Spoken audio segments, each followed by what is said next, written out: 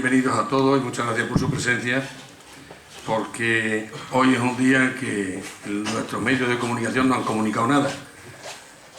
Solamente en la mitad de la página que tienen para informar de la Gaceta Cultural, con media página, sobraba un cuarto informando todos los actos culturales que hay en Badajoz en el día de hoy. Pero bueno, nos han tenido a bien, y como nosotros no somos ni el Mesías Messi, ni el CR7, que parece más un artículo de limpieza que el futbolista, ni somos los políticos que nos peleamos, pues la cultura tiene el interés que tiene, y es el que tiene la sociedad por ella. Pero no obstante, somos todos los que estamos, aunque no estamos todos los que somos. Muchas gracias por su presencia. Hoy, en la cuarta conferencia del cuarto ciclo, dedicado a las Fuerzas Armadas y la Guardia Civil, tenemos una conferencia que está de rabiosa actualidad, como son los delitos monetarios y la respuesta de la Guardia Civil, y para ello contamos con el comandante don Vicente Corrales, al cual desde aquí la Económica ya le da las gracias por su presencia y por aceptar la invitación que se le cursó desde la Delegación de Defensa. Tanto, muchas gracias, mi comandante. Y también tenemos con nosotros, por primera vez en la mesa, que yo sepa al menos, la segunda, bueno, pues la primera yo no estuve, por eso era la primera yo decía. Tenemos al general jefe de la tercera zona de la Guardia Civil, don Francisco Arribas Revuelto. Bienvenidos los dos a la mesa.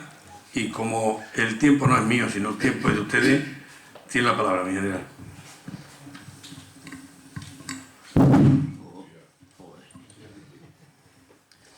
Bueno, pues muchas gracias y en primer lugar pedir disculpas al auditorio, aunque sea no muy amplio, porque cuando se hizo el programa de estas conferencias estaba designado para darla el capitán Camacho, que por cuestiones de servicio pues no ha podido venir, se ha tenido que ir a Bruselas. Entonces la Guardia Civil, con la agilidad y la flexibilidad que nos caracteriza, pues rápidamente echó mano del comandante Corral y en el primer tiempo del saludo aquí que se nos presentó.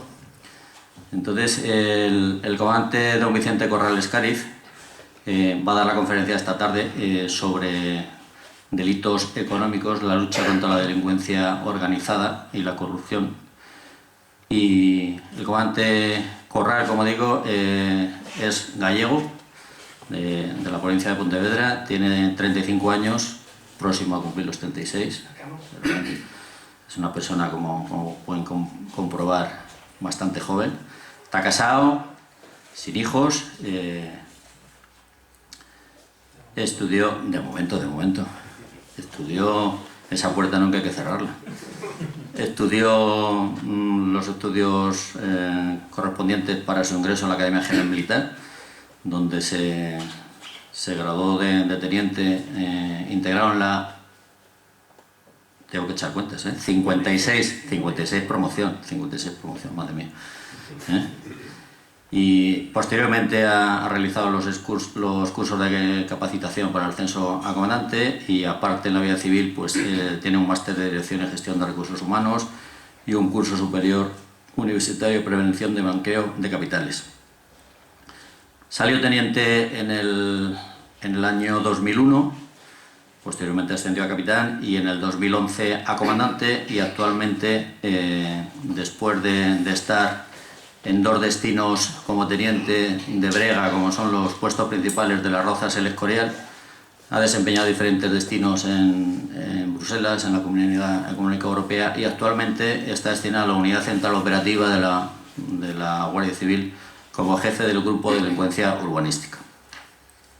Ha realizado diferentes cursos, todos orientados un poco al área de investigación, como son el de Policía Judicial, el de Investigación Financiera, cursos monográficos sobre hechos sociales mercantiles, sobre blanqueo de capitales. Ha participado en diferentes seminarios, orientados, como digo, no los nombro porque estaríamos aquí media tarde hablando, orientados un poco todos al área de investigación, y como el auditorio es mayormente militar, pues para dar cuenta un poco de su valía, que ustedes sabrán valorar. Fue número 1 de la 56 promoción de la Academia General Militar, y número 1 también en el curso de capacitación para el ascenso a comandante de la escala superior de oficiales. Está en posesión de diferentes condecoraciones, tanto militares como civiles, incluso internacionales, como la medalla de la Escuadra de Carabineros de Chile y la Orden del Mérito Policial Nacional de Perú, y ha participado en diferentes conferencias y colaboraciones sobre todos estos temas de los que nos va a hablar esta tarde, y por lo cual creo que podremos sacar un resumen y unos conocimientos que nos van a ser a todos de mucho provecho y que además están actualmente de rabiosa actualidad. Así que sin más, dejo al comandante Corral que nos deleite con su presentación.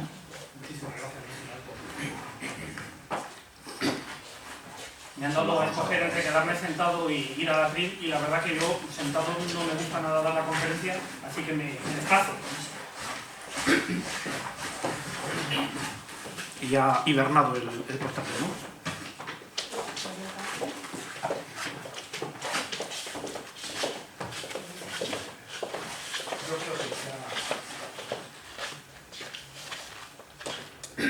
Falta la alimentación aquí porque no tiene corriente.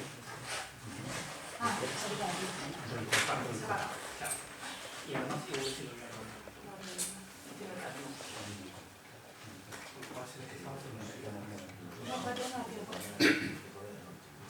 Bueno. Sí, bueno, esta es la prueba más evidente de que la ley de Murphy no es una leyenda urbana, ¿eh? La ley de Murphy existe y siempre se manifiesta en el peor momento posible. Así que mientras dura el ritual, que no le calculo menos de 5 minutos, de que arranque el ordenador, se apaguen todas las notificaciones y demás, pues voy a intentar hacer una brevísima introducción. Agradezco muchísimo la oportunidad que se me ha brindado de venir aquí. Es la primera vez que estoy en Badajoz, y aparte del clima extraordinario que ya se puede disfrutar hoy, he venido caminando desde la residencia donde me alojo, y de momento he de decir que la ciudad me resulta muy agradable. Le agradezco, como no puede ser de otra manera, la presentación a mi general. Tengo que reconocerle que es la primera vez que nadie se entretiene tanto en un currículum, y me ha hecho sentir un poco incómodo. Y lo siguiente que debo de insistir nuevamente es en las disculpas que ha dicho nuestro general. El servicio es lo primero, como creo que todos o casi todos los que estamos aquí sentados conocemos, y entre el capitán que fue inicialmente designado y yo, todavía hubo un segundo capitán que no consiguió venir porque ayer le tenían en Sevilla ocupado otras actividades que habrán podido disfrutar en los medios de comunicación ayer y hoy, ¿eh? Entonces tienen delante de ustedes el segundo suplente ya de la conferencia. Bueno, yo creo que igual podemos arrancar.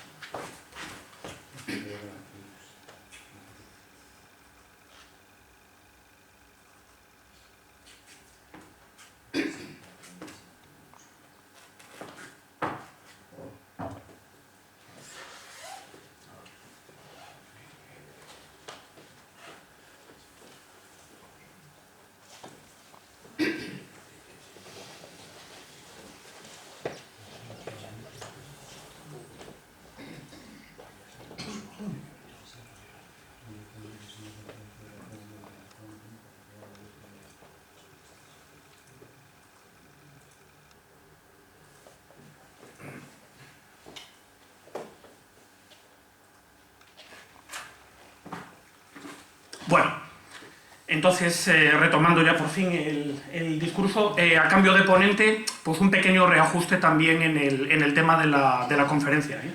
Yo, en contra de lo que estaba previsto, no voy a poder hablar de delitos monetarios por dos razones fundamentales. Primera, porque no es mi ámbito de especialidad, y aquí uno debe de venir a hablar de lo que verdaderamente domina. Y segundo, porque lamento decirles que los delitos monetarios no existen, ¿eh? O por lo menos, dicho con un poco más de propiedad, los delitos monetarios ya no existen, ¿eh? Entiendo que el título se puso haciendo uso del lenguaje coloquial que nos puede traer a la mente delitos monetarios, pero jurídicamente hablando, los delitos monetarios que existieron en una ley especial, no en el Código Penal, pues eran delitos que consistían en la exportación de divisas, importación o exportación de divisas, sin contar con la autorización preceptiva y oportuna. ¿Por qué han desaparecido los delitos monetarios? Pues por una cuestión que voy a comentar dentro de un rato, y que además me permite enlazar muy bien con el tema de mi presentación, que es la liberalización del mercado de capitales en la Unión Europea. Es decir, hoy nadie necesita ningún tipo de autorización previa de nadie para entrar, sacar y traer a España capitales en la divisa que uno quiera. pero no solamente dentro de la Unión Europea, en cualquier lugar del mundo, yo, como ciudadano español, soy enteramente libre, de acuerdo con la ley, para abrir una cuenta bancaria, un depósito, lo que yo quiera. Otra cosa será si yo luego infrinjo mis obligaciones de tributar por aquellos beneficios que yo obtenga con mis inversiones en el extranjero. Y otra cosa será también si yo no cumplo con un deber administrativo que existe de notificar la salida de dinero de España. Pero no hay autorización previa ninguna que requerir de nadie, del Ministerio de Hacienda, ni del Gobierno, ni de nadie, para sacar dinero fuera de España, por lo menos hasta que lo de Chipre no acabe de reventar completamente, y por lo tanto no hay delitos monetarios, ¿eh? Entonces, después de esta pequeña decepción, pues yo voy a reconducir el tema hacia algo que, como decía, creo que enlaza muy bien con esto que hemos llamado la libre circulación de capitales en la Unión Europea. ¿Por qué? Pues porque igual que la libre circulación de capitales está ideada para favorecer el comercio y las actividades legítimas, pues evidentemente los delincuentes se aprovechan también de ella. ¿A dónde nos lleva esto? Pues nos lleva a que el beneficio que generan los delitos, y me estoy refiriendo a los delitos en general, pues puede encontrarse en el mismo sitio donde el delito se ha cometido, por ejemplo, si aquí en España o en cualquier otro lugar del mundo. Y por lo tanto, tanto más importante que detener a la persona que ha cometido el delito, y si puede ser, además, meterle en la cárcel, pues tiene que ser privarle de las ganancias que la actividad delictiva le ha producido. Y ese es el tema, con este título así, que parece como un poco técnico, pues eso es de lo que yo voy a hablar aquí. No voy a hablar, en contra de lo que parezca, de delincuencia económica.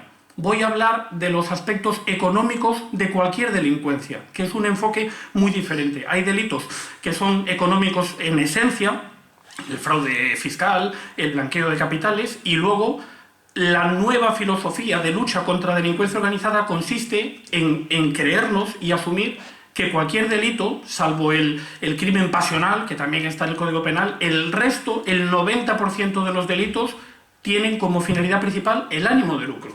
Y por lo tanto, nosotros tenemos que asumir y que mentalizarnos que el objetivo de la Policía Judicial, en este caso de la Guardia Civil, es doble, siempre.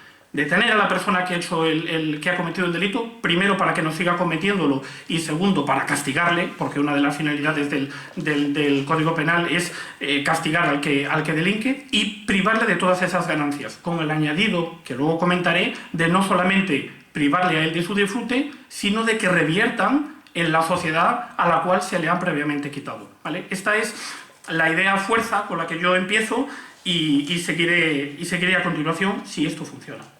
Bien, entonces, motivación a nivel nacional, yo creo que con escuchar la radio y leer el periódico todos los días, a ninguno de ustedes les hace falta de por qué los aspectos económicos de la delincuencia son importantes. Entonces yo me he ido un poco a otro ámbito, para intentar despertarles esa inquietud a escala global, podríamos decir. Y entonces aquí tenemos bien ordenaditos el Producto Interior Bruto de los países de la Unión Europea a fecha de 2011, aunque hay algunas cifras más recientes.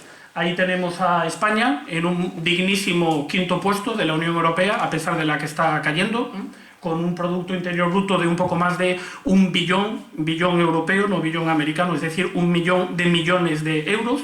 Y ahora les voy a poner aquí en rojo un rectangulito que si se fijan dónde ha caído, pues es algo, ya les adelanto que no es Kosovo, es algo que tiene un Producto Interior Bruto superior a países de la Unión Europea con la entidad de Rumanía, Hungría, Bulgaria, que no es Luxemburgo, vamos, que son países de un tamaño considerable, ¿eh? Y entonces ahora es cuando viene la pregunta retórica de si alguien cree saber qué puede producir en la Unión Europea más Producto Interior Bruto que todos esos que están a la derecha. ¿Alguna sugerencia? La mafia italiana, por aquí han dicho. Según estimaciones del propio Banco de Italia, estos son los beneficios que la delincuencia organizada en Italia, o sea, lo que nosotros entendemos como mafia, han generado durante el año 2011, 150.000 millones de euros. Bueno, yo creo que la cosa es como para prestarle atención, ¿no? Seguimos. Pasamos de la Unión Europea al mundo. Estas cifras son un poco más antiguas, pero aquí pretendo, y son cifras de la Oficina contra la Droga y el Delito de Naciones Unidas y también del Banco Mundial. Aquí pretendo llamar la atención sobre el hecho de que en el año 2009 los beneficios que ha generado en todo el mundo la delincuencia organizada suponen el 3,6% del Producto Interior Bruto mundial, que paradójicamente es el Producto Interior Bruto de Italia como país en ese año, lo cual es un salto cualitativo todavía mayor que el anterior.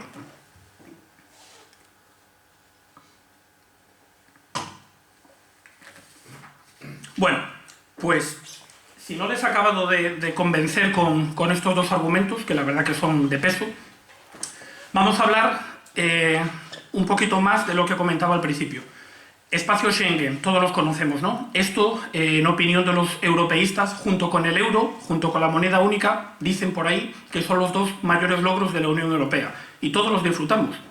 Libertad de movimientos de personas, capitales, bienes y servicios. O sea, que yo me voy a cualquier país miembro y nadie me pide el pasaporte en ningún control aeroportuario. Nadie me abre la maleta porque voy por el carril ese verde de Unión Europea. Me puedo llevar el dinero que quiera y traérmelo, como he dicho al principio, y además en Europa, en la mayoría, porque la zona euro es más pequeña que la Unión Europea, no me tengo ni que cambiar de divisa. Y luego, la libertad de movimiento de servicios significa que yo me puedo montar una frutería en Frankfurt, sin ningún tipo de requisito distinto de lo que le piden allí a los alemanes. Pero claro, esto que está pensado para los ciudadanos de bien, de los hombres de pro, pues tiene su faceta oscura.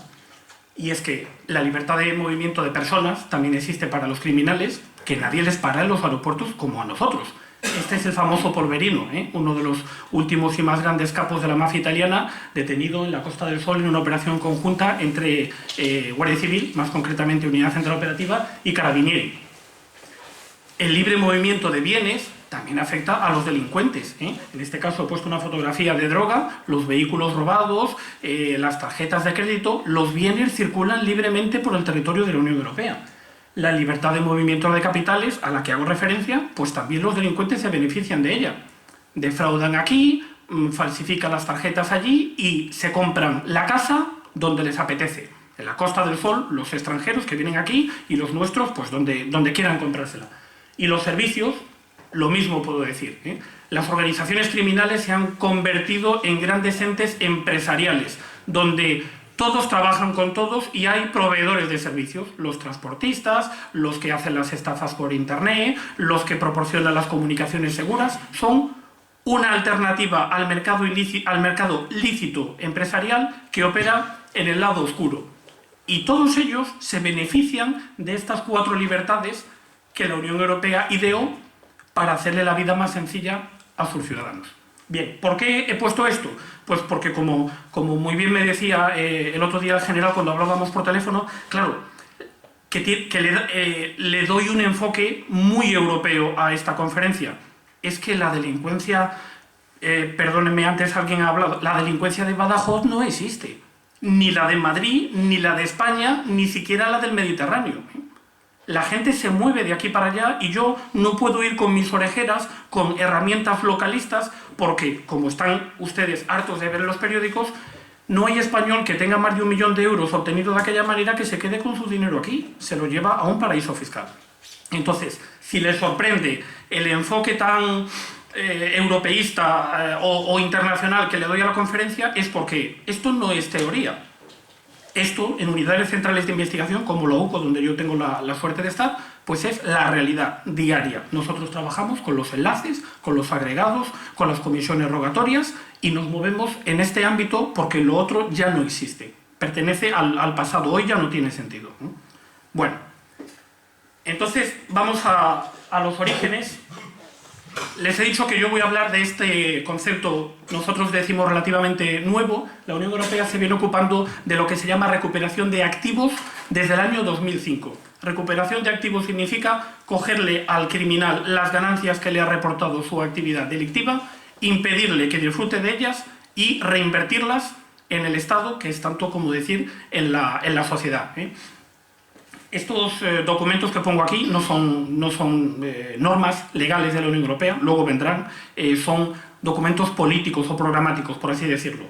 Destaco, por ejemplo, la Estrategia de Seguridad Interior de la Unión Europea, que vino antes que la Estrategia de Seguridad Nacional Española, que tenemos ya por fin aquí, identifica en el lugar número 2 después del terrorismo, que es la amenaza número 1. En el lugar número 2 está la delincuencia organizada. Y dentro de la delincuencia organizada está el blanqueo de capitales, la corrupción y la delincuencia económica en general. O sea que se le da una prioridad muy elevada. Y entonces, a través de... No voy a entrar, por supuesto, a describirlos en detalle, porque les aburriría y vienen cosas más interesantes después. A través de estos distintos instrumentos, la Unión Europea ha perfilado una idea a la cual aquí, en España, nunca se le había dado mucha atención.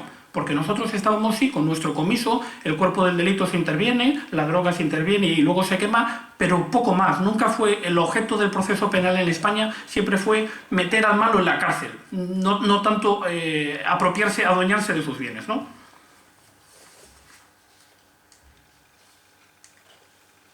Bueno, destaco, sí, de todos los documentos que he puesto anteriormente, que luego explicaré en el siguiente diagrama, destaco la comunicación de la Comisión del año 2008, garantizar que el delito no resulte provechoso. Esto es una traducción así un poco libre. En inglés, el original dice crime does not pay, que para mí me diría mejor que el delito no merezca la pena. Esa es la idea. La idea central de esta filosofía es que delinquir, si la idea es el ánimo de lucro, que no le merezca la pena al delincuente, que no le salga a cuenta, que no le resulte provechoso, porque sepa que el riesgo que corre trabajando en el mercado ilícito y arriesgándose a perderlo todo es mucho mayor que jugando con las reglas del juego, ¿vale? En este diagrama que pongo a continuación explico las bondades del invento, ¿no? Que van mucho más allá de nuestro concepto de comiso o de incautación. Primero, lo hemos comentado antes, efecto disuasorio. Aquí no estamos hablando de criminales vocacionales, ¿no? Estamos hablando de esa delincuencia de guante blanco, de un señor que tiene una cierta propensión a la actividad empresarial y que en el día a día se encuentra con dos caminos delante. ¿Qué hago? ¿Declaro o no declaro? ¿Qué hago? ¿Compro los ordenadores al Mediamar o los compro a un tío que me dice que no pague el IVA porque hace un carrusel del IVA, etcétera, etcétera? ¿Qué hago? ¿Monto un restaurante o un puticlub con chicas del este que vienen en camiones de Bulgaria? Eso pasa todos los días. Entonces, el primer objetivo es disuadir, decir, no, te va a salir mucho más rentable jugar con las reglas del juego.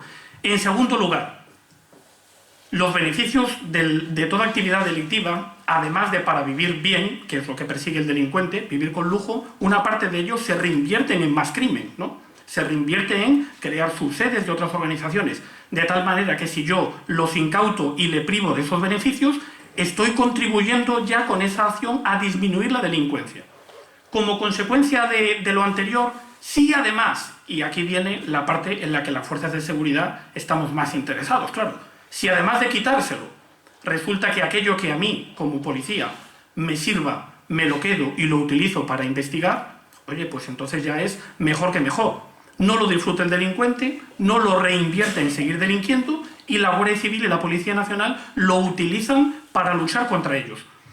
Aquí matizo, luego volveremos otra vez sobre ello, que en el ámbito del tráfico de drogas esto se viene haciendo desde hace, por suerte, muchísimos años en España, empezando por el coche en el que yo he venido hoy desde Madrid, hasta los ordenadores, los teléfonos móviles, material que incautan las fuerzas y cuerpos de seguridad. Pero ojo, en el ámbito del tráfico de drogas. Y esta es una de las cosas que ha cambiado en nuestra legislación y que luego explicaré y que abre un futuro, pese a la crisis económica que estamos padeciendo, nos abre un futuro muy prometedor ante la posibilidad de utilizar no solo los bienes que se le incautan a los narcotraficantes como viene siendo tradicional en España, sino los beneficios de cualquier organización criminal. No me alargo más aquí porque luego hay una transparencia solo sobre esto, pero lo adelanto porque es una de las novedades mayores que hemos puesto en marcha desde el año 2010 en nuestro país. Hay que también ubicarse un poco en el momento histórico, ¿no? En los 80, en la época dura de la heroína, en los 90, en la época boyante de la cocaína, la delincuencia organizada era el tráfico de drogas, el 75%. Después se nos abrieron los ojos y descubrimos un mundo que antes ignorábamos en cierta medida. El tráfico de seres humanos, los delitos que se cometen a través de Internet, el tráfico de armas, etc. Entonces, el Estado va siempre un poco por detrás del delincuente, pero llega un momento en que se pone las pilas y dice, chico, que no todo es tráfico de drogas en el mundo. Seguimos, y ahora entramos ya en el terreno sociológico. Hasta aquí nos quedamos con que la policía utiliza lo que le incautan.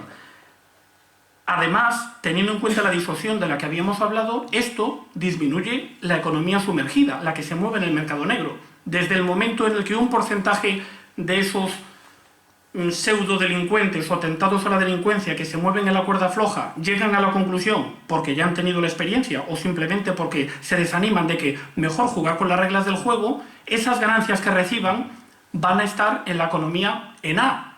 Y como consecuencia de ello, creo que lo pone también por ahí, van a tributar. Es decir, van a pagar sus impuestos por otra actividad que de otra manera podían estar desarrollando absolutamente en dinero negro, en B. Por lo tanto, no solamente el Estado gana porque le quita al delincuente los beneficios que ha tenido y se los queda, sino porque hay otro montón de personas candidatas a delincuentes de cuello blanco que han decidido ganar dinero, posiblemente un poco menos, o mucho menos, tampoco vamos a ser ingenuos, mucho menos que en el mundo de la delincuencia, pero con mayor seguridad, y pagan sus impuestos. Y al final, esto que está tan de moda ahora, ¿no? La desafección, la pérdida de confianza de los ciudadanos, que te levantas por la mañana, pones la radio y ya llegas al trabajo diciendo no sé qué hacer, si ir a trabajar o meterme otra vez en la cama y tal, porque esto es un desastre, no hay por dónde cogerlo. Pues el ciudadano se da cuenta, bueno, de que el sistema funciona. Entonces, esto es un resumen así de ideas clave que he hecho de esa comunicación de la comisión de la que hablaba antes, del año 2008, que es trascendental. Marca en todos los países de la Unión Europea el antes y el después de cómo nosotros nos acercamos a la delincuencia organizada.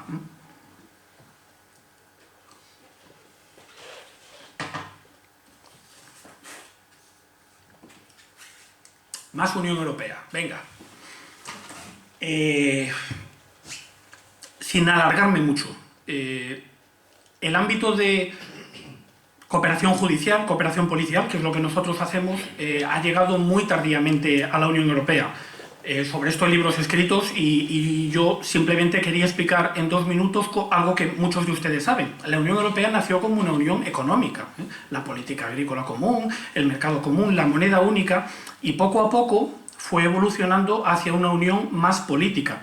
Y claro, los Estados miembros, ¿cuáles son las 2 áreas que un país considera como más suyas, ¿no? Como el último reducto de la soberanía donde que nadie se meta, que esto es mío, mío? Pues la defensa, que es lo que se llamaba antes del Tratado de Lisboa, el segundo pilar, y luego la administración de justicia y castigar a tus nacionales que han cometido un delito. Por eso la cooperación judicial y policial pues, ha venido muy tardíamente en la Unión Europea. Y hemos pasado de un mundo de hace 15 años donde todo se movía a base de comisiones rogatorias, que es lo que yo hoy hago con Brasil o Colombia, con países que no forman parte de la Unión Europea, y que es vía diplomática. Tú me pides lo que quieres y yo luego ya veré si a este señor le detengo o no, y ya veré si le incauto sus bienes y le bloqueo sus cuentas bancarias porque yo soy un Estado soberano. Eso es lo que se llama asistencia mutua. Los países se ayudan unos a otros, pero si me apetece y si somos amigos, políticamente. Y hoy, iba a decir estamos, pero no estamos llegando a algo que se llama el reconocimiento mutuo, que consiste en que entre los países miembros de la Unión Europea, nadie, y cuando digo nadie me refiero a ningún juez, entra a valorar si debe o no hacer aquello que otro juez español le ha pedido que haga, sino que automáticamente la ley europea le obliga a reconocer esa decisión como si fuera propia y a cumplirla. Esto es un avance trascendental. Y el ejemplo, no sé si a ustedes se les viene a la cabeza, si no se lo traigo yo. La orden de detención europea es el paradigma del reconocimiento mutuo.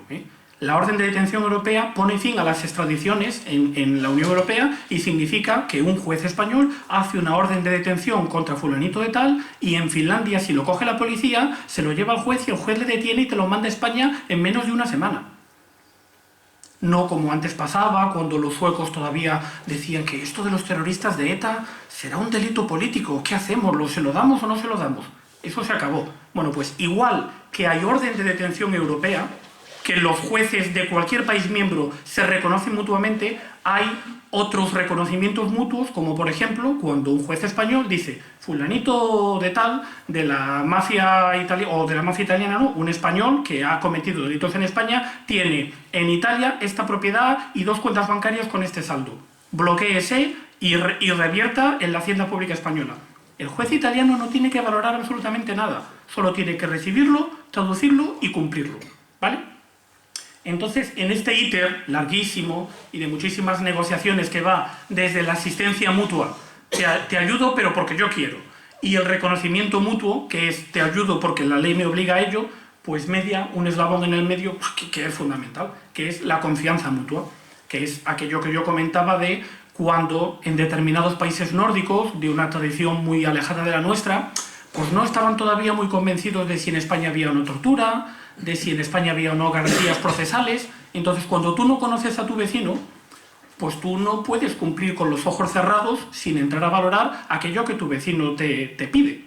Cuando todos los códigos penales de la Unión Europea y las leyes de enjuiciamiento criminal son cada vez más parecidas entre sí y ya no surgen esas dudas, entonces se despeja el camino para el reconocimiento mutuo de las decisiones judiciales.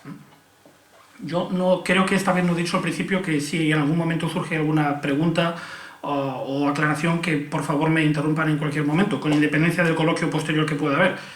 Más que nada por si en algún momento hay algo que no esté suficientemente claro. Bueno, curiosamente,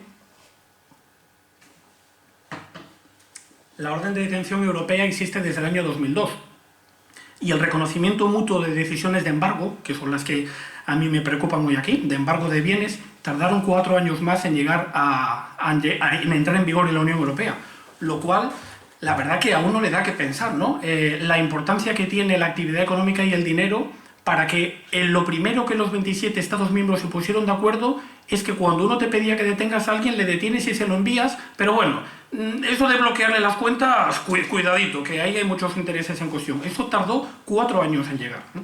Como a título de ejemplo, me refiero. Bueno, entonces, vamos a ir concretando y empezando poco a poco a aterrizar para llegar al lugar final donde yo quiero llegar con esta conversación. ¿Qué ha hecho en concreto la Unión Europea para ayudarnos a las fuerzas y cuerpos de seguridad de España a privar a los delincuentes de los cuantiosísimos beneficios que les genera el delito? Primero, el reconocimiento mutuo. Ya lo he adelantado.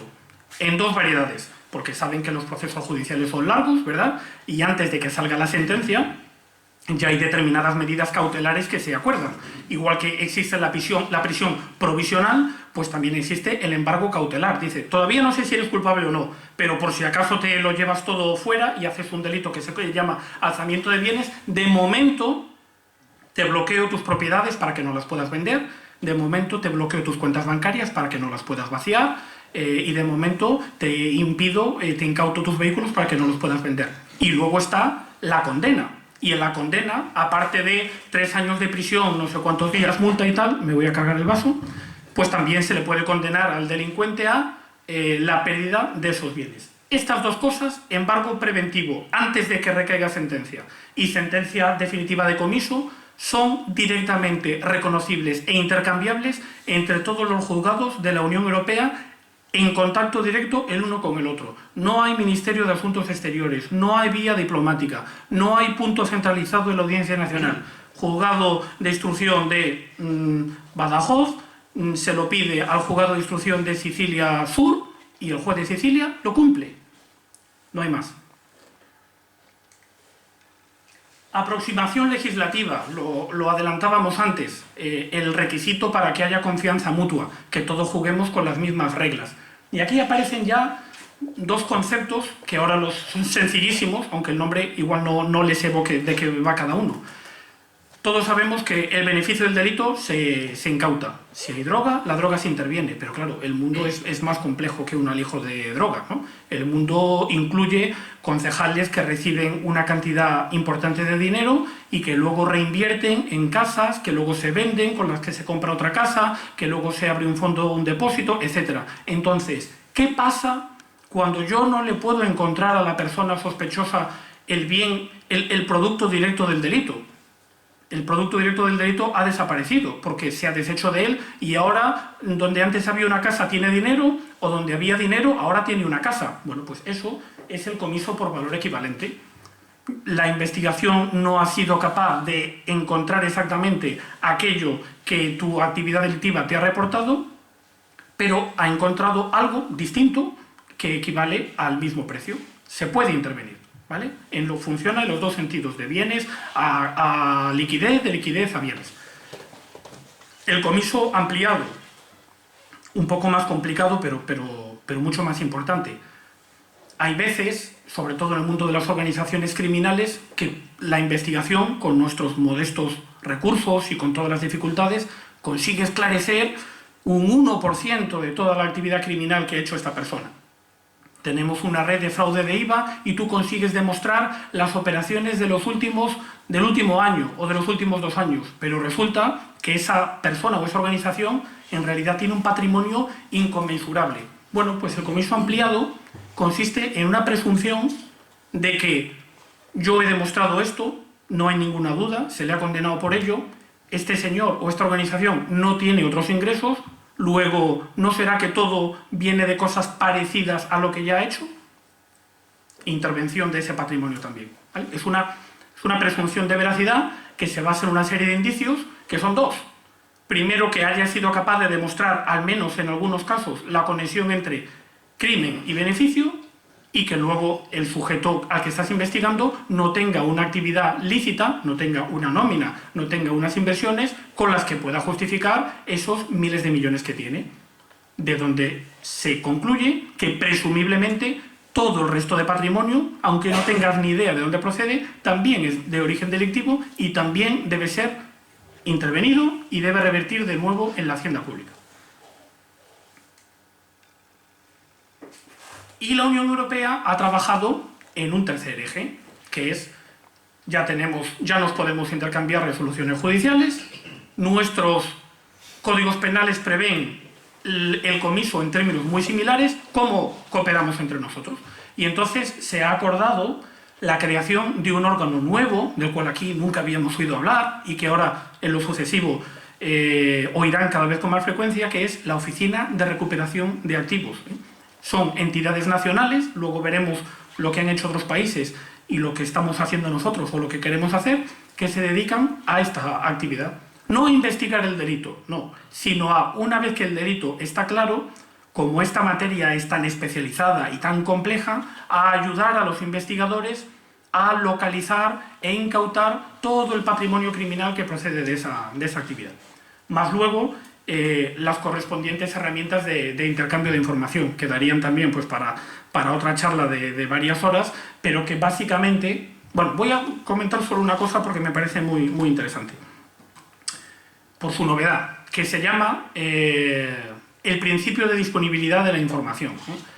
Hemos dejado atrás las comisiones rogatorias de las que hemos hablado, y el principio de disponibilidad de la información, que rige en toda la Unión Europea y está traspuesto en una norma española, que luego diré, quiere decir que cualquier policía de cualquier país miembro que necesite acceder a una información para el cumplimiento de sus obligaciones, puede hacerlo en las mismas condiciones que el policía de aquel país al que se la quiere pedir. Y además pueden contactar directamente entre sí y tienen obligación de contestarse. Me explico con un ejemplo. Yo, Guardia Civil de la UCO, en mi ordenador puedo consultar la titularidad de un inmueble. Sí, nosotros tenemos acceso al registro de la propiedad. Yo meto una dirección y veo quién es su propietario, o meto un señor y veo qué propiedades tiene. Si la Gendarmería Nacional Francesa está investigando una persona que ha comprado una casa en España y quiere saber qué bienes tiene en España, ¿puede hacerlo? Sí. Si yo puedo, ellos pueden. Y cuando a nosotros nos lo piden, no les podemos exigir ningún requisito más que el que yo tendría para obtener esa información. Lo puedo cambiar a la inversa. Si yo necesito saber, que por cierto hace poco lo necesité, quién ha volado en un vuelo de Holanda a Sudáfrica para disfrutar de un fantástico safari fotográfico con cargo a... mejor no lo comentamos, ¿puedo saberlo? Pues todo depende de si los holandeses pueden por sí mismos saber esa información o no. Si la policía holandesa, Marechaussee en este caso, que de hecho puede hacerlo, puede consultar esa información, a mí me la tienen que dar como si fuera uno más de ellos. Eso se llama, algunos le llaman principio de acceso equivalente, a mí me gusta más principio de disponibilidad de la información, y no es ciencia ficción, es una realidad jurídica y cotidiana que existe y con la que nosotros trabajamos todos los días. Bueno. Entonces, ahora, por si acaso alguien del auditorio todavía está en ese momento de pero ¿y en qué nos afectará a nosotros en España todas estas historias de la Unión Europea que nos está contando el comandante? Pues voy a poner un ejemplo, para mí, de los más representativos porque ha tambaleado los cimientos del proceso penal español. Por si alguno es aficionado a los latinajos del derecho, el famoso societas delinquire non potest, que es que en el Código Penal español, de toda la vida de Dios, los delitos los cometen las personas. Las empresas, ya los decían los romanos, no pueden cometer delitos, ¿vale? Eso se estudiaba en la Facultad de Derecho hace 3 años y era un principio esencial del derecho. El Código Penal castiga a las personas, a las empresas no, porque las empresas, quienes adoptan las decisiones son señores y entonces tendré que ir a por el señor. Bueno, pues después de muchas negociaciones ha venido la Unión Europea y ha dicho sí, lo que tú quieras, pero resulta que más de la mitad de los países de la Unión Europea son de tradición anglosajona, del common law en vez del civil law, y allí las empresas, las personas jurídicas son penalmente responsables.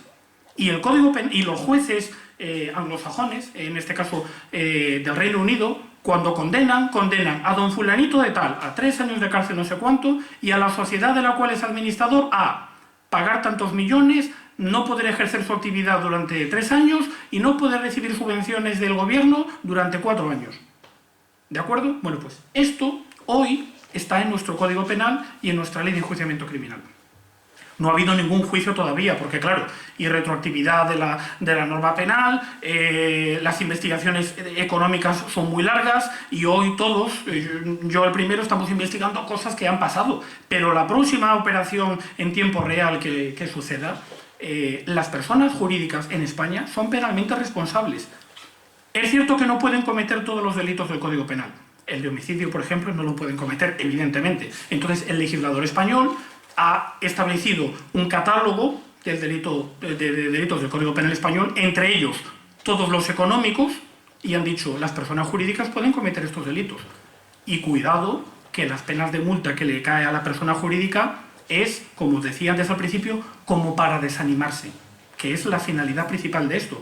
Hay penas de multa, hay penas de no poder obtener subvenciones del Estado y hay penas de no poder contratar con la administración, que hoy, con la que está cayendo, pues es poco más o menos, dependiendo del sector donde se mueve una empresa, es sacarte del mercado, si te condenan a no poder contratar con la administración. Bueno, pues esto, contra lo cual peleó España en todas las reuniones del Consejo de Justicia Interior en Bruselas, porque no encajaba con nuestro derecho, pues ha habido que implementarlo. Solo es un ejemplo, ¿vale?, de en qué medida las cosas que se cuecen en Bruselas al final tienen su repercusión en España.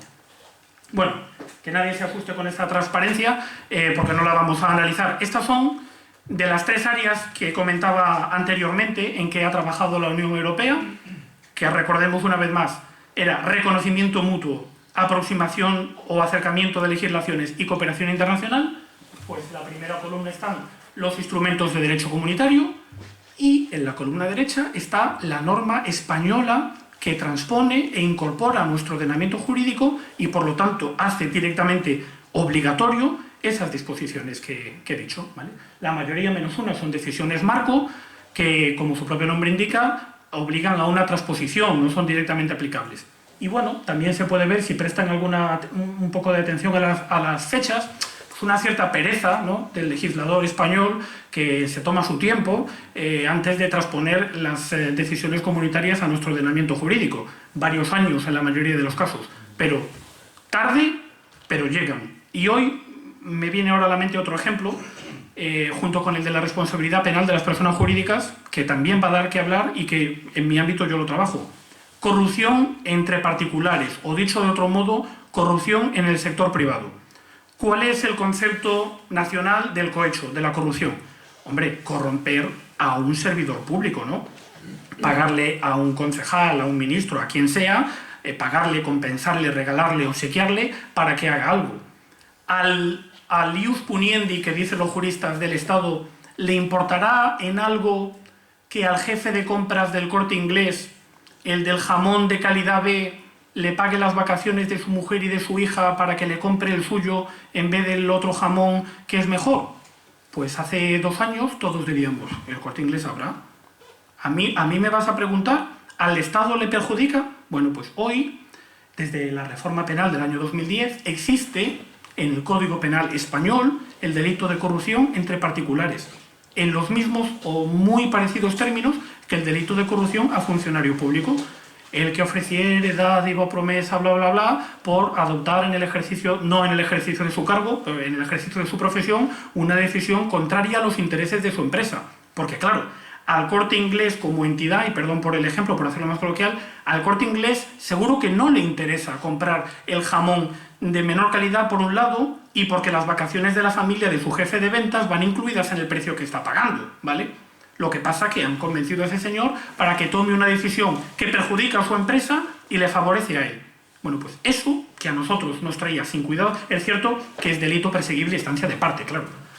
Como no me lo denuncie, primero por razones de sentido común y segundo porque como no me lo denuncie la entidad afectada, ¿cómo me voy yo a enterar? Bueno, me podría salir en una intervención telefónica, podría, pero es un delito perseguible a instancia de parte. Pero existe, se aplica en España y ha venido un misil de estos comunitarios que te vienen de Bruselas, ¿vale?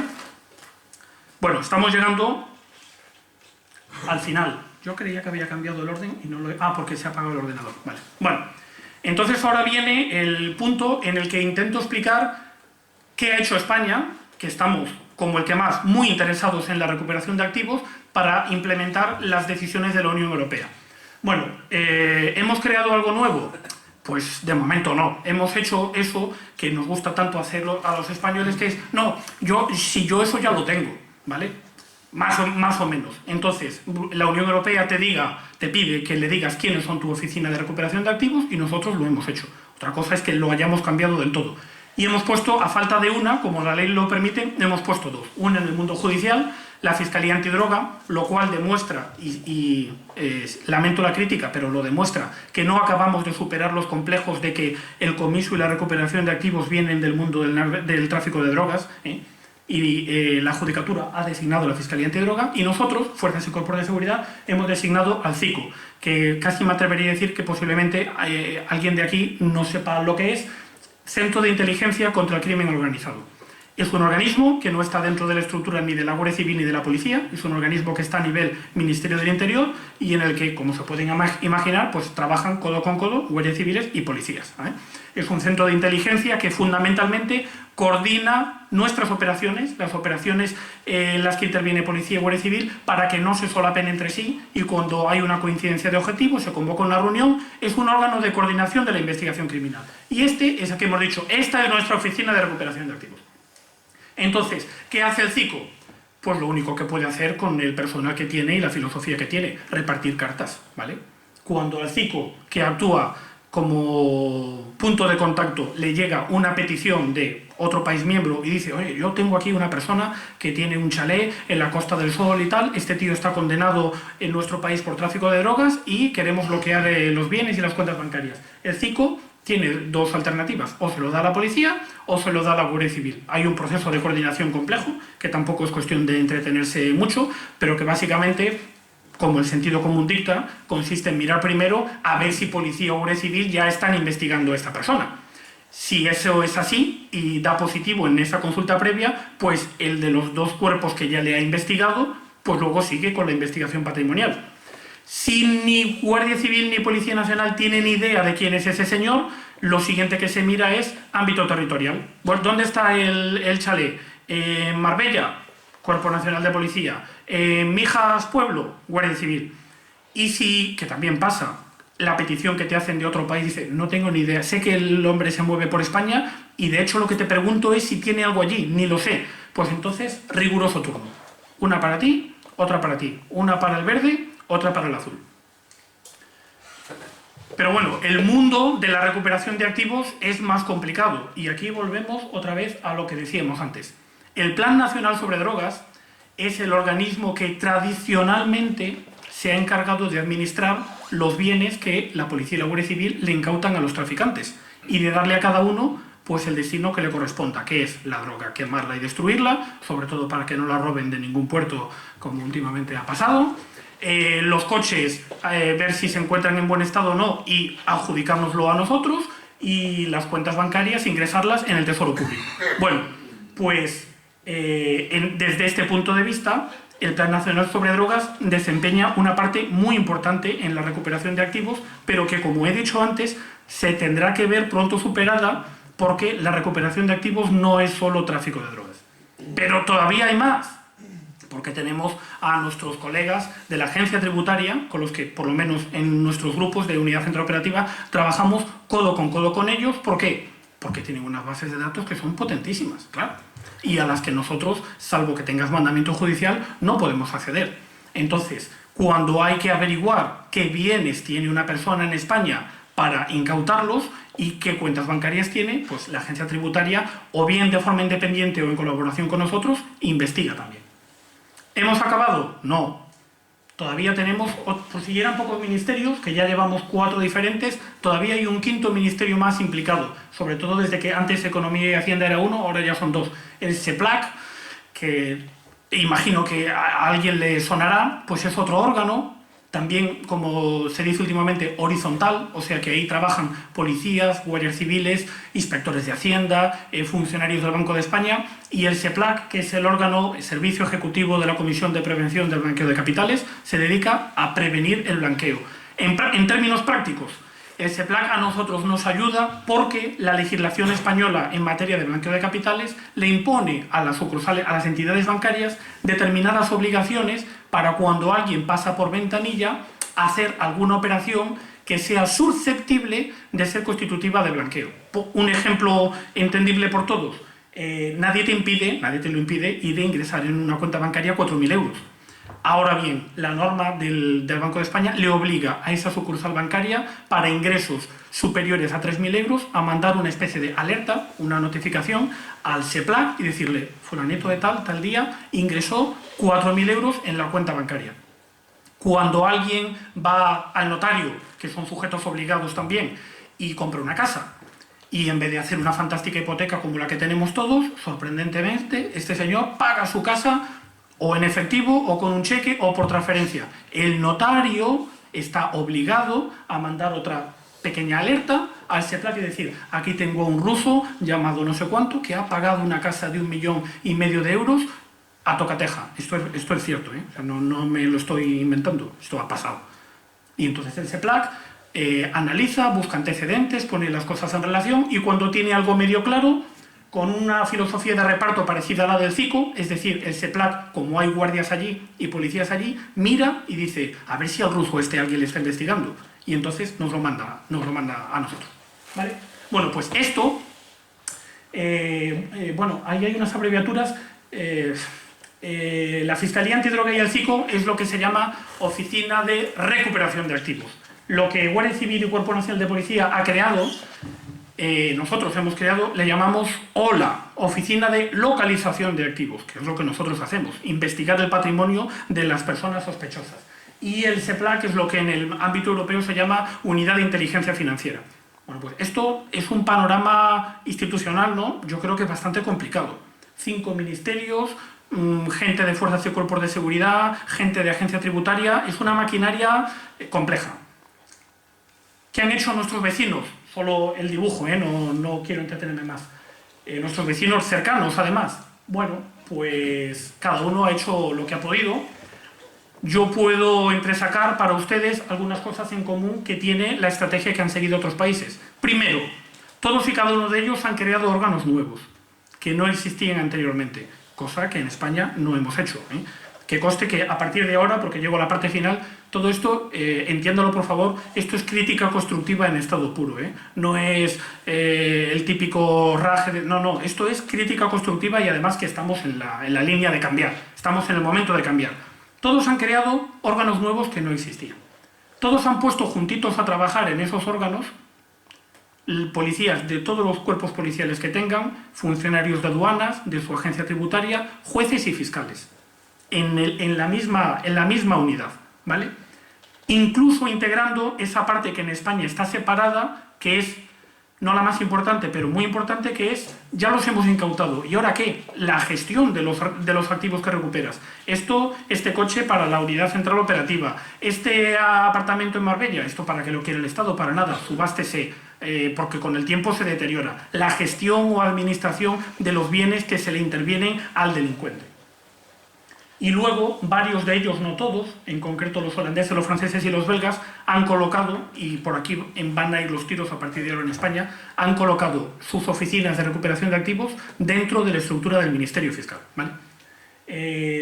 Por añadir algo más, antes de pasar, porque ya estamos terminando, para bien ser, si nosotros pudiéramos elegir, el modelo holandés no tiene rival. Está reconocido en toda la Unión Europea como el más eficiente, con una mentalidad absolutamente empresarial, pero el modelo belga, que es de los pocos países que tienen juez de instrucción, como tenemos aquí en España, imagino que habrán oído el debate de la futura reforma, los fiscales quieren hacérsela con la instrucción, somos de los pocos países europeos que no lo tenemos así, los belgas son los más parecidos a nosotros.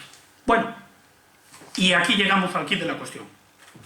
En el año 2010, en una reforma penal muy importante que hubo, muy importante, precisamente para transponer a nuestro derecho diferentes y distintas normas europeas, se introdujeron muchas modificaciones, pero yo aquí voy a contar 3 y las voy a poner en relación las unas con las otras.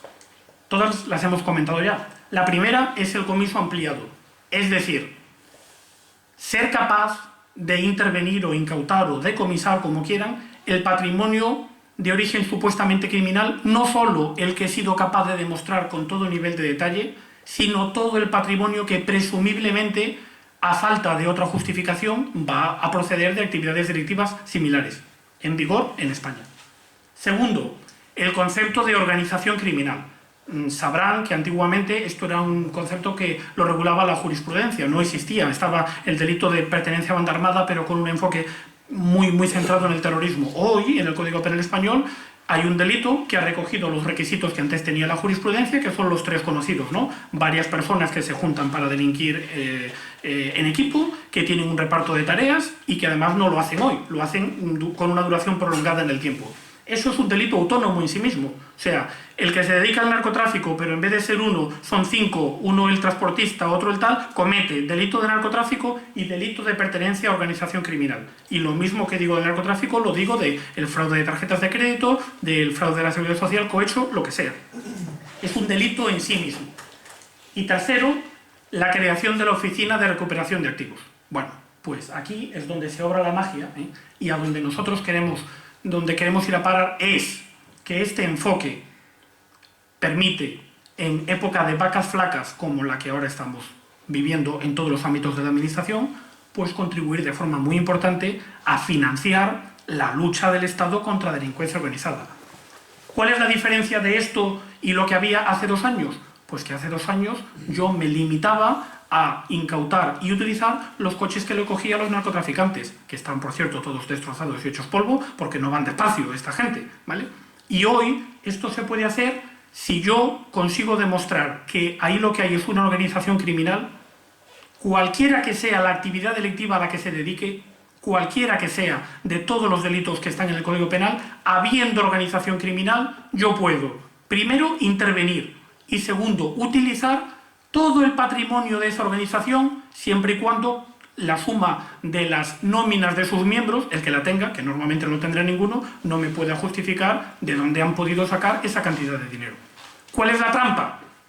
Pues la trampa es que para que se obre la magia, esa investigación de recuperación de activos, lo que dice la ley, no he puesto el artículo, no la puede realizar cualquier unidad de la Guardia Civil o de la Policía Nacional, no. La tiene que realizar la Oficina de Recuperación de Activos. Y esa es la razón, y con esto acabamos, por la que ahora mismo lo que se dice y se cuece en los mentideros de Madrid, y lo que dijo el fiscal general del Estado, del cual hemos hablado aquí antes, en una rueda de prensa que dio en diciembre, dijo que las dos prioridades fundamentales de la Fiscalía para el año 2013 era, primero, incrementar la plantilla de fiscales anticorrupción por la cuenta que les trae, y segundo, la creación de la Oficina de Recuperación de Activos de verdad. No esta especie de solución provisional que hemos creado nosotros. Y entonces, en esta futura Oficina de Recuperación de Activos se integrarán las 4 grandes tareas que implica la recuperación de activos. Primero, buscar el patrimonio. ¿Dónde están los bienes? Segundo, la cooperación internacional para cuando el patrimonio que estoy buscando está fuera, no está en España. Tercero, la recuperación como tal, que esto es una competencia judicial que tiene que interesar al fiscal. Yo hago el informe y digo, este señor tiene todo esto, pero el que tiene que acordar el bloqueo y la incautación es el juez. Y cuarta, la gestión, la administración, la venta de unas cosas, etc. Cada una de estas áreas, por supuesto, la puedo dividir en diferentes partes, ¿no? La localización, tenemos la parte tradicional del tráfico de drogas, la delincuencia organizada y algo que todavía no acaba de estar muy claro, pero que vendrá, es los beneficios procedentes de la corrupción. En materia de cooperación internacional, pues hay 2 grandes áreas que identificar, más que nada porque se rigen por normas absolutamente diferentes. En la Unión Europea todo es rápido y transparente, porque hay, vuelvo a repetir, reconocimiento mutuo. En el resto del mundo, yo he estado hace 2 años en Brasil, en Foz de Iguazú, en una comisión rogatoria, en la zona más famosa por el contrabando, la triple frontera esta de Paraguay, Brasil y Argentina, donde las cataratas, a buscar las propiedades que tenía allí un diputado regional de una provincia española que no voy a comentar. Comisión rogatoria tradicional. La recuperación, que adelantaba antes también, si ustedes recuerdan, tiene 3 momentos clave. En fase de instrucción, ¿qué es lo que le tiene que pedir el fiscal al juez?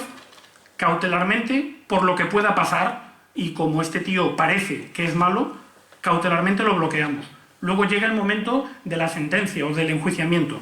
Le condenamos a su pena correspondiente y a perder los bienes que tenía. Y luego viene, por desgracia, una fase que se descuida mucho y que al final por aquí las cosas se pierden, que es el cúmplase de la sentencia. El vamos a llevarlo a efecto, porque como no hayas andado fino en la fase de instrucción, cuando vas al cúmplase, dices, no, bueno, si la casa la tiene un tercero de buena fe, que el hombre no tiene culpa de nada, no le vas a quitar ahora la casa, ¿vale? Y ya para terminar, la parte de gestión, antes cuando hablaba del Plan Nacional sobre Drogas, aquí están los 4 destinos que puede tener los bienes intervenidos. Los que son de ilícito comercio, droga, armas de fuego, destruirlos. Los que no pierden valor con el paso del tiempo ni se deterioran, conservarlos. No vaya a ser que al final le absuelvan a la persona investigada. Aquellos que son de interés para las fuerzas y cuerpos de seguridad, embarcaciones, vehículos, medios informáticos, utilizarlos.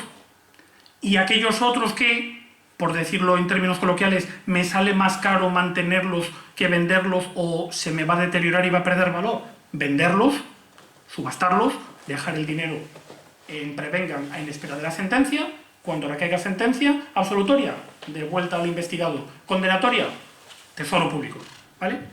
Y entonces, cuando llegamos aquí, creo, y esto ya es el toque final, que no hay que echarle mucha imaginación para darse cuenta de que en realidad, en ese organigrama tan complejo que hemos explicado antes, estas tareas, si no en todo, por lo menos en parte, ya se están llevando a cabo por personas distintas en lugares diferentes. Lo que hace falta es ponerles a trabajar todos al unísono, que se hagan amiguitos y que se lleve a cabo efectivamente el concepto europeo de Oficina de Recuperación de Activos real, no esta solución provisional que hemos ideado en España. Bueno, y un one more thing de esto de homenaje a Steve Jobs, que me gusta a mí mucho.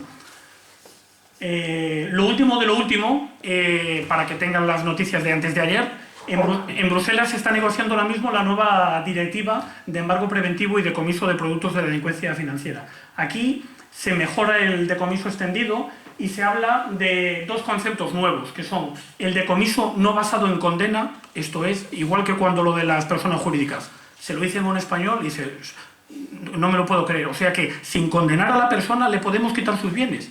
Pues en determinados casos sí, porque aunque el juicio penal, el procedimiento penal español no permita el juicio oral en ausencia, porque la persona se ha dado la fuga y no la vas a condenar sin estar presente, realmente si la persona ha desaparecido, ha fallecido, es inimputable porque es muy mayor que no vaya a pisar nunca la cárcel si el delito está probado y está probado que lo haya cometido él, significa que yo, Estado, no voy a poder quedarme con sus bienes?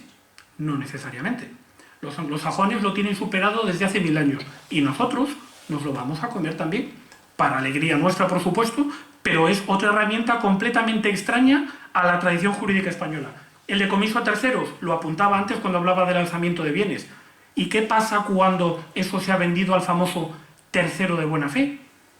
Bueno, pues hay que diferenciar. Lo que dice la nueva directiva es que ese tercero de buena fe habrá que ver dónde está esa buena fe. Porque, por ejemplo, si esa persona ha adquirido un vehículo a un precio sensiblemente inferior al de mercado, que claramente una persona normal, el sentido común le diría que ahí hay truco, pues la buena fe no aparece por ningún lado. O si yo me compro un ordenador en un sitio donde me lo están dejando más o menos con un descuento, que es como el día sin IVA en el MediaMarkt, pues no será que de verdad no ha pagado el IVA, ¿vale? Entonces, esto matiza y dice, sí, tercero de buena fe, pero vamos a ver con matices.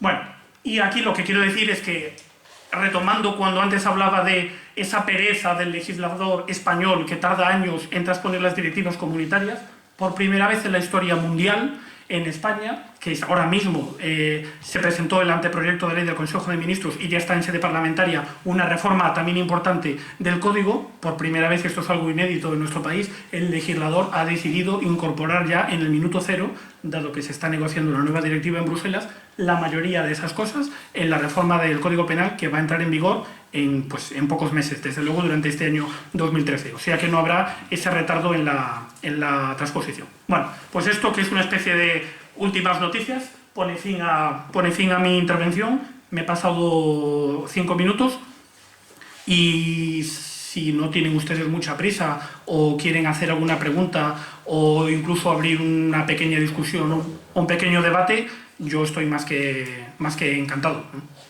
Muchas gracias.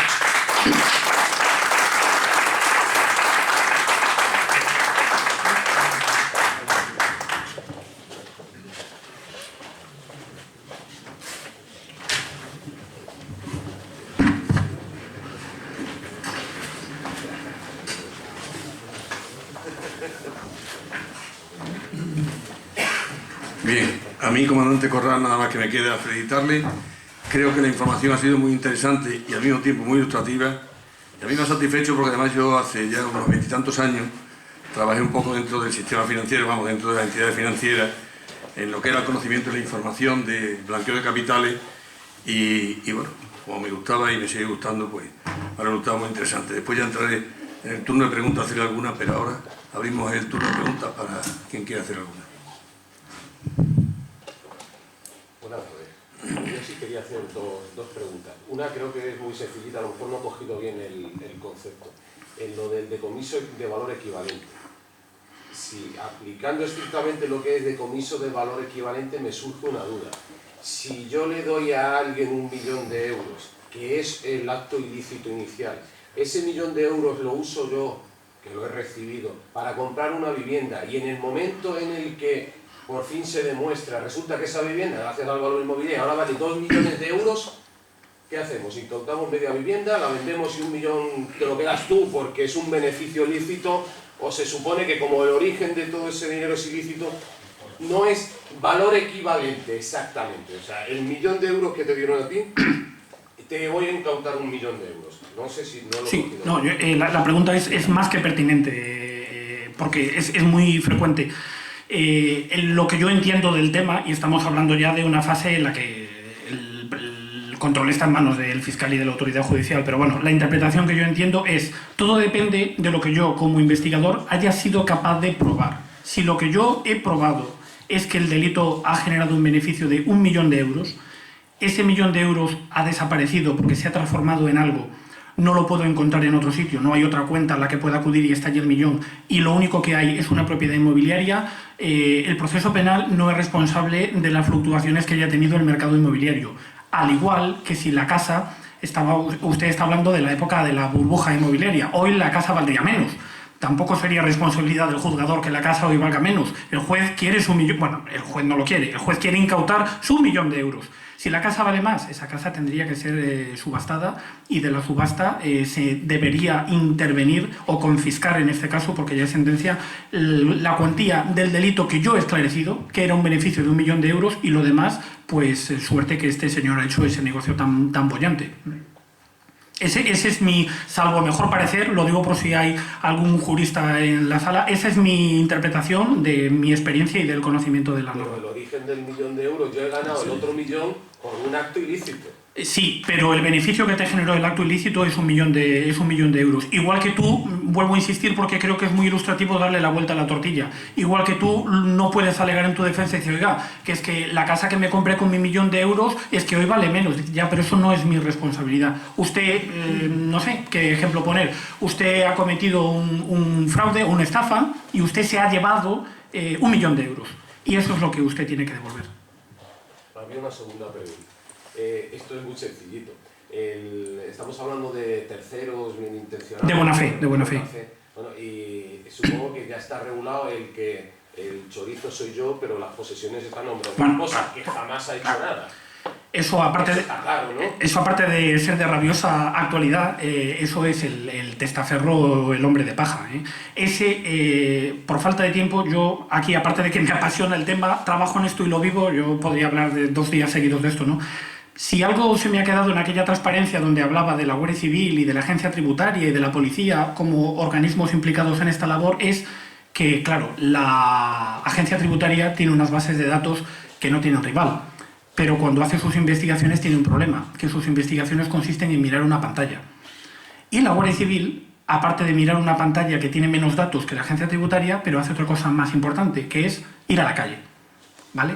Entonces, yendo a la calle, yo puedo descubrir todas esas cosas, en el sentido que usted dice y en el contrario. Yo puedo descubrir que la persona, yo hablo de mi ámbito, el cargo público político que yo estoy investigando, el coche que conduce todos los días para ir a trabajar, está a nombre de una empresa que no tengo ni idea de quién es. Pero ese coche es su coche, porque lo usa él. Posiblemente, y hablo de cómo nosotros construimos, esto es lo que nosotros llamamos el patrimonio real y el patrimonio nominal. El patrimonio nominal es el que está a tu nombre. Si eres malo de verdad, va a ser el mínimo posible. El patrimonio real es aquel sobre el que ostentas el disfrute y el dominio del hecho. Yo lo puedo averiguar de muchísimas formas diferentes, viéndote qué coche usas todos los días. A lo mejor el coche está a nombre de una empresa, pero, amigo, el pago del seguro anual está domiciliado en una cuenta tuya, porque el que se beneficia del uso del coche eres tú. Igual vives en un chalet que está a nombre de otra sociedad, que tiene un cartelito de Securitas Direct, y en la empresa de seguridad privada, el teléfono al que llamar cuando suene la alarma está el tuyo. O sea que la casa estará a nombre de quien tú quieras, pero bueno, y aparte que vives en ella, ¿vale? Entonces, para eso, para dilucidar esas situaciones de tercería, de hombre de paja, de persona interpuesta, sociedades pantalla, porque hay modalidades para aburrir, pues está la actividad operativa, que es el valor añadido que el investigador policial de la Guardia Civil puede ofrecer en comparación con una investigación de bases de datos pura y dura como la que hace la Agencia Tributaria. Que el ideal surge de la mezcla, surge de la suma de los dos, claro. Pero vamos, yo si tengo que escoger uno o en otro, yo sin Agencia Tributaria puedo investigar. Y la Agencia Tributaria en el mundo de hoy, digo, no en el mundo del ayer, en el mundo de la delincuencia económica de hoy, no, porque no va a encontrar nada. No va a encontrar nada. De hecho, no va a encontrar nada ya ni en ese círculo que usted comenta. Ya los bienes ya no están a nombre de la mujer, ni del hijo mayor de edad. Para eso hay sociedades, compraventas de participaciones, hay otras cosas que... O tienes un teléfono intervenido, que es el ideal, pero no siempre puedes investigar lo que está pasando hoy. Por desgracia, investigamos lo que ha pasado hace varios años. O tienes un teléfono intervenido, o has hecho una entrada de registro y has visto papeles incautados, o pateas la calle y ves a tus objetivos lo que hacen todos los días, con quién comen, con quién se reúnen, etc. No sé si esto contesta a la pregunta. Mira, te hago yo una pregunta. Yo pregunto sobre la punta del IVA. Es decir, si hay una actividad criminal, pues se puede ver que de allí se genera un dinero, digamos, ahí llega la Guardia Civil, la policía, y tira del hilo y encuentra que hay un asunto económico detrás.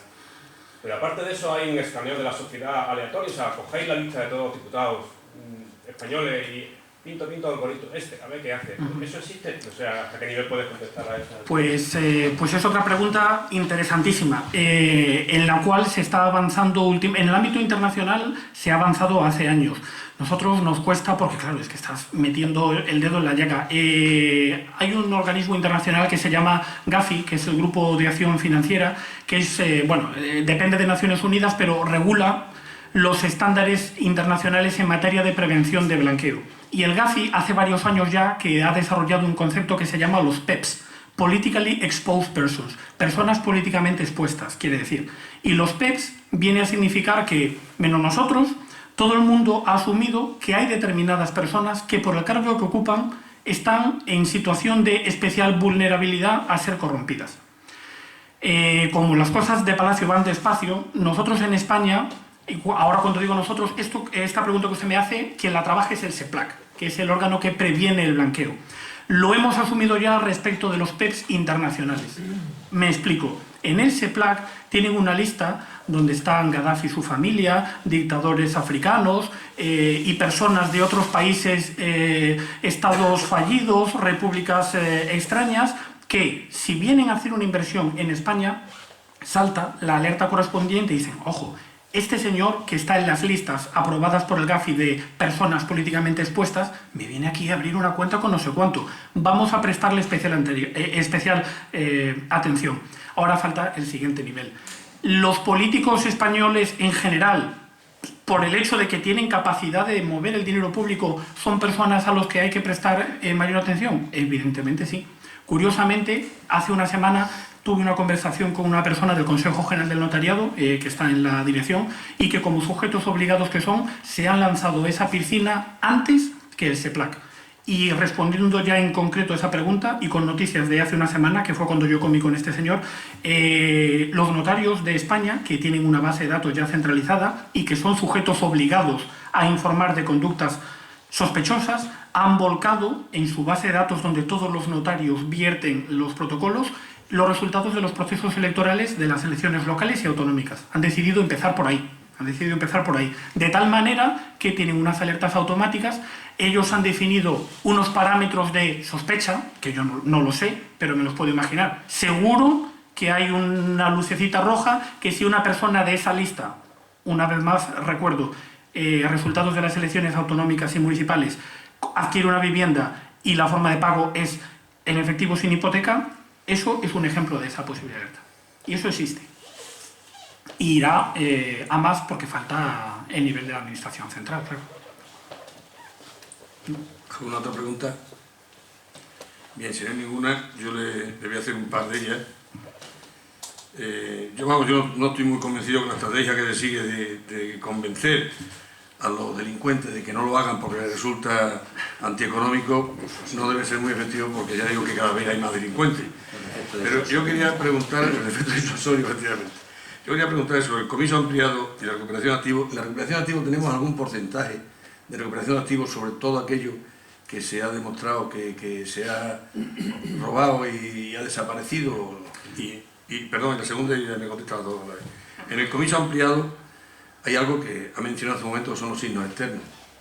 En esos signos externos hay muchas personas públicas, las cuales no hace tanto tiempo se ha estado viendo que con el salario que percibe una persona, un funcionario público, no podía tener grandes villas, campos de golf, cuadras de caballo y no sé cuántas cosas más.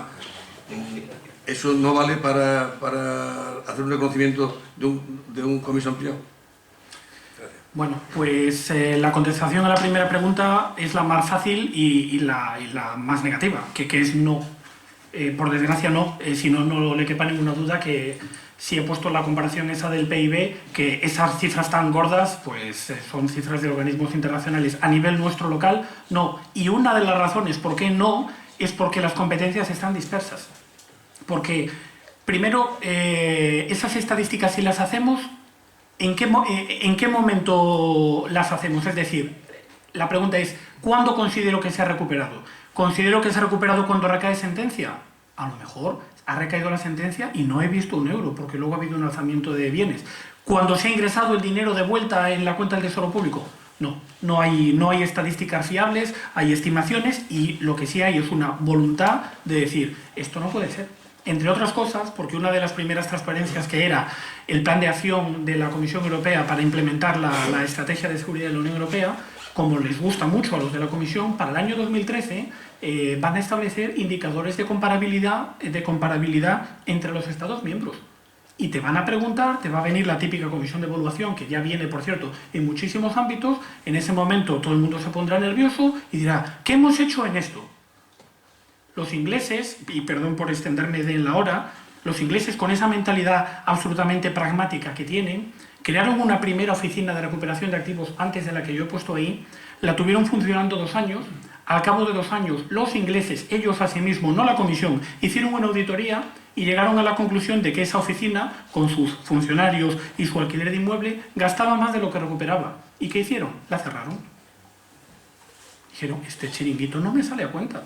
Si yo os he puesto aquí para que recuperéis dinero, que no estamos hablando de confiscárselo a los ciudadanos, dinero procedente del delito, y resulta que me costáis más de lo que me recuperáis, cerraron el chiringuito. A la segunda pregunta, claro, eso de lo que usted habla es la propuesta de máximos que la defienden algunos países y que se resumiría en tipificar como delito la posesión injustificada de bienes. Eso existe en el mundo, En la Unión Europea no tanto.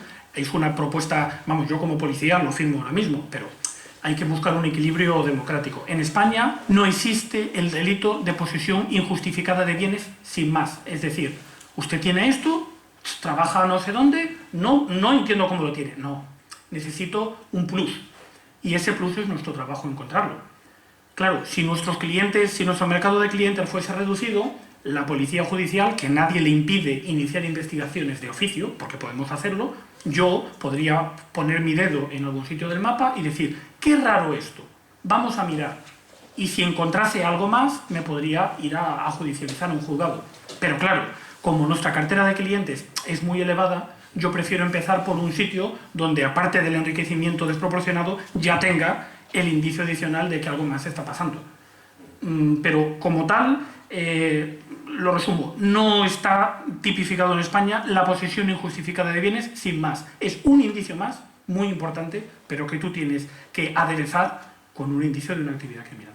Y ese indicio no es concejal de urbanismo, algo habrá hecho. Eso es convencimiento propio, ¿no? Pero no es necesitamos algo más. No sé si he contestado. Sí. Si no hay ninguna otra pregunta, únicamente emplazarles al día 11 de abril, será la última conferencia de este ciclo, la impartirá el teniente coronel don José Manuel Fernández López, que ya estuvo con nosotros el año pasado, y hablará sobre algo que le cautiva, que es el cine. El título es Soldados, su historia a través del cine. El año pasado vino acompañado por el fiscal general, este año en ello están, pero al parecer el fiscal general tiene unas reuniones con el fiscal general de Alemania y le va a ser muy difícil venir, si es que puede venir. Pero bueno, están todos ustedes invitados el día 11 de abril a la última conferencia del ciclo. Muchas gracias por su presencia y buenas noches.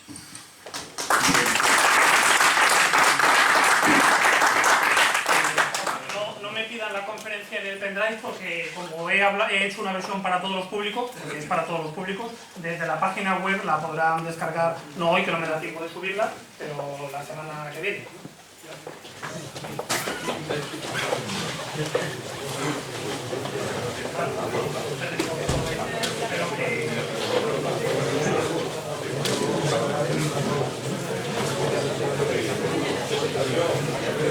Bueno,